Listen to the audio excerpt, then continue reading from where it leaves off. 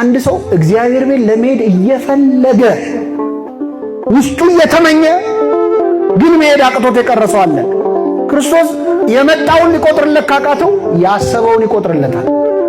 አቅቶት ነው እንጂ እኮ ሊመጣም አስቦ ነበር። ሞልታ ያጠፋሃትንም አላርም ያያል እግዚአብሔር። ጠዋት ልትነሳ ሞልታት ሰምተን እንዳልሰማ ይሆንካት እጅም በዳበሳ ወስደ ያጠፋሃትን አላርም ያስባታል።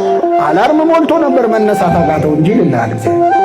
ለኃጢአትም ለጽድቅም እኩል እያንዳንዱን የሚቆጥር አምላክ ነው። እውነት ነው የምነግራችሁ። እዚህ ቁጭ በማለታችን የምናገኘውን ዋጋ ብናውቀው በዘበኛ አንወጣም። ከዚህ ይቆጥራል እያንዳንዷን ሰዓት።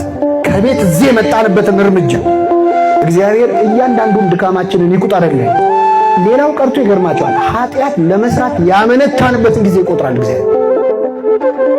እንሰራዋለን እኮ ግን ዛሬ እንኳን ቢቀርብኝ ካልክ እሱን ይቆጥራል። ኃጢአት ላለመስራት ዛሬ ቀርብኝ እስቲ እንደው ዛሬን